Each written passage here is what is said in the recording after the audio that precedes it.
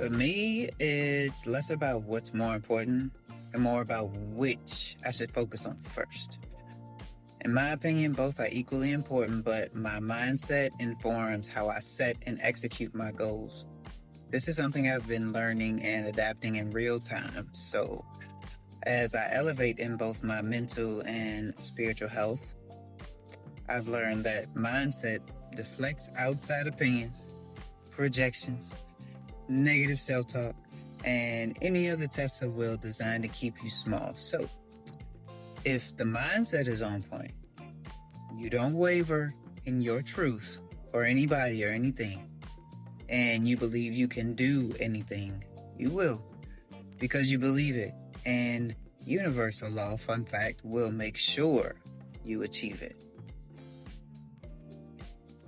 An action I've begun implementing for 2026 is constant mental course correction in real time. Because of my background, past traumas, decades of lacking self-worth and belief, getting so wrapped up in all my dishonesty that I believe my lies, a lack of confidence, and feeling like the world was against me, so I could only trust and believe in myself, younger parts of me are still being caught up in those old patterns, and they are loud and vocal about them. So for my wellness, I take the time to talk about them and talk to them about them through these moments and teach them why those thoughts and actions don't belong in a particular situation. When you're coming to terms with the layers upon layers upon layers and nuances of unlearning while trying to remain present and positive, you realize the gravity of being committed to the journey. It's worth everything, so it will challenge you in every way. Uncomfortable conversations are paramount to succeed, I promise. Both with those you love, who are open to growing with you, that part's important. And most importantly, all parts, emotions, and ages of yourself. Some strategies I use to stay vigilant with my intentions are real-time accountability. No matter how difficult it seems to admit, no matter how silly, no matter how offbeat, no matter how awkward I may feel bringing it to that person, it's necessary to go on and get it out of the way. Otherwise, it's taking up valuable real estate in my head. Staying on top of educating myself and keeping my mindset and vibes high at all times. Some days you may not feel 100, but it's on those days when it's most important to keep your vibrations high and reignite that flame that may dim a little bit. You just have to make sure it never goes out.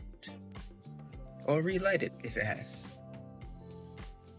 Making time for mindfulness every day and making sure I lead with love and joy every day. So that's reiterating everything that I just spoke upon. It is more than important. It is more than advantageous of you to constantly look into yourself and remember you are love. You are joy. You are the willingness to grow. Otherwise, you wouldn't be trying. A personal action and pattern I've stopped in 2026, muy importante, is not allowing my full self to be communicated at all times. I'm a very, very, very empathetic and emotional person who's only gotten used to these facts in the last 18 months or so, in truth. So, as you can imagine, I've had to rediscover parts of me I've censored out of fear, protection, assumption, or a combination of the three. That means instead of stifling emotions and tears and conversations, I let them flow, which has happened a lot lately, by the way, since I've been having multiple uncomfortable conversations on purpose because it's necessary. Release so you don't have to release again later. It also means reintegrating parts of my personality that I buried because I didn't feel like they fit in a certain space, vibe, or aesthetic. To sum it up, As far as communication and truly every other area in my life for 2026, I am freeing myself from all the self-inflicted bondage that has stunted my growth, production, and creativity. I'm not for everyone, and that is okay. But those I'm meant to vibe with deserve 100% of Adriana. Nothing less, always more. You should feel that way about yourself too.